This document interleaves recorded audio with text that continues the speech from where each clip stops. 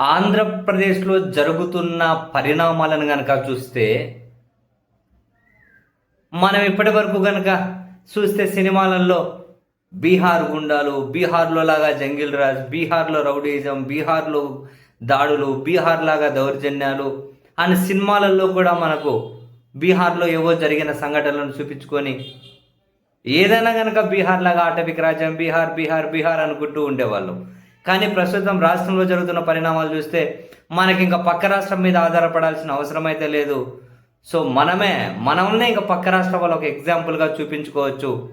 ఆంధ్రప్రదేశ్ జంగల్ రాజ్, ఆంధ్రప్రదేశ్లో ఇది, ఆంధ్రప్రదేశ్లో దౌర్జన్యం, ఆంధ్రప్రదేశ్లో ఇది అని చెప్పి మనల్ని ఇంకొకరు పక్కన ఇన్స్పిరేషన్ కాదు, మనల్ని ఇంకొకరు ఉదాహరణ రెఫరెన్స్గా తీసుకొని మన పేరు నెక్స్ట్ ఇంకా హిందీ సినిమాలు, భోజ్పురి సినిమాలు, మలయాళం సినిమాలు, తమిళ్ సినిమాలు, మరాఠీ సినిమాలు, అన్ని సినిమాల్లో కూడా మన రాష్ట్రం పేరే పెట్టుకోవచ్చు. ఏమి ఇబ్బంది లేదు.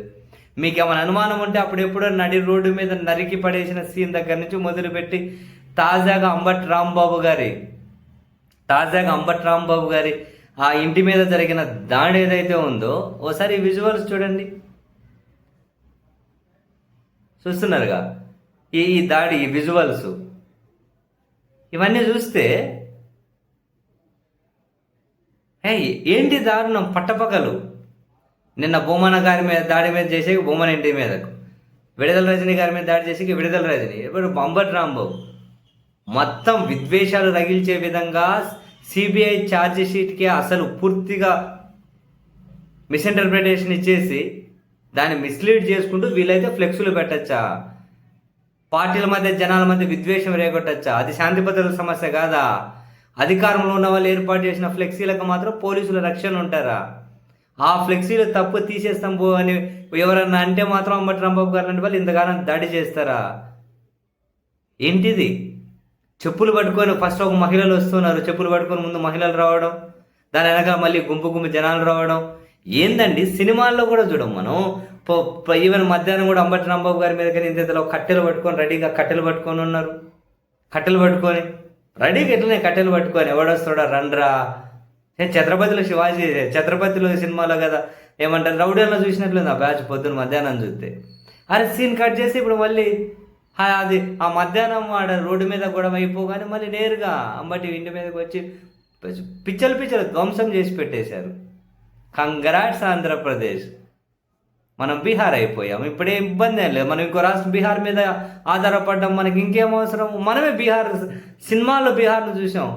ఆ సినిమాలో బీహార్ను చూసిన స్టేజ్ మనం నిజ జీవితంలో దాటిపోయాం. ఇంకెవరికేం అవసరం అండి? మనం ఏ బీహార్ మీద ఎవరి మీద మనం ఆధారపడాల్సిన అవసరం లేదు. ఆంధ్రప్రదేశ్ చాలా పైకి ఎదిగింది. ఎదగడంలో ప్రజల అందరి సహకారం కూడా సంపూర్ణంగా ఉంది. సో మీరందరూ కూడా ఇటువంటి సీన్లు చూసిన ప్రతిసారి కూడా అవసరమైతే పాలాభిషేకాలు చేయండి. ఎక్కడైనా కనుక మంచిగా పొట్టేళ్ళు కోసి డిన్నర్ ఇచ్చుకోండి, కోసేయచ్చులేండి. కొందరు కోయకూడదు, మిగతా వాళ్ళు ఎవరైనా కోయచ్చు. కోసి సినిమా పోస్టర్లకు కనుక తలకాగానే ఎలాడదేయండి. చట్టమేమి మీ వరకు రాదు, వేరే వాళ్ళకైతే రోడ్డు మీద నడిపిస్తారు. సో మీరు పాలాభిషేకాలు, పొట్టేళ్ళు కోసి మంచిగా సెలబ్రేట్ చేసుకోండి. ఆంధ్రప్రదేశ్ ఎదిగిపోయింది కదా బ్రహ్మాండంగా. ఇప్పుడు దేశంలో అన్ని రాష్ట్రాలు కూడా మన ఆంధ్రప్రదేశ్ని వాళ్ళ సినిమాలలో ఉపయోగించుకోవచ్చు. వాళ్ళు ఏమైనా రాజకీయ విమర్శల్లాగా, అదిగో ఈ నాయకుడు మన రాష్ట్రాన్ని ఏపీలాగా చేస్తున్నాడు, ఇదిగో ఈ నాయకుడు మన రాష్ట్రాన్ని ఏపీలాగా చేస్తున్నాడు. మనం అంటలేము ఇంతకుముందు వరకు రాష్ట్రాన్ని బీహార్ లాగా చేశారు అని. బీహార్ వాడు అంటాడు రాష్ట్రాన్ని ఆంధ్రప్రదేశ్ లాగా చేశారని. అందులో ఏం కొత్త ఉంది చూసారా? ఎంత స్థాయికి దిగిపోయింది ఆంధ్రప్రదేశ్. కంగ్రాట్స్ అబ్బా, కంగ్రాచులేషన్స్ నిజంగానే. ఫస్ట్ ప్రజలకు, తర్వాత మొత్తం వ్యవస్థలకి, అండ్ ప్రతి ఒక్కరము కూడా మీరు నాకు కంగ్రాట్ చెప్పండి, నేను మీకు కంగ్రాట్ చేస్తాను. అందరం కలిసికట్టుగా కంగ్రాట్ చేసుకుందాం. ఫాష్.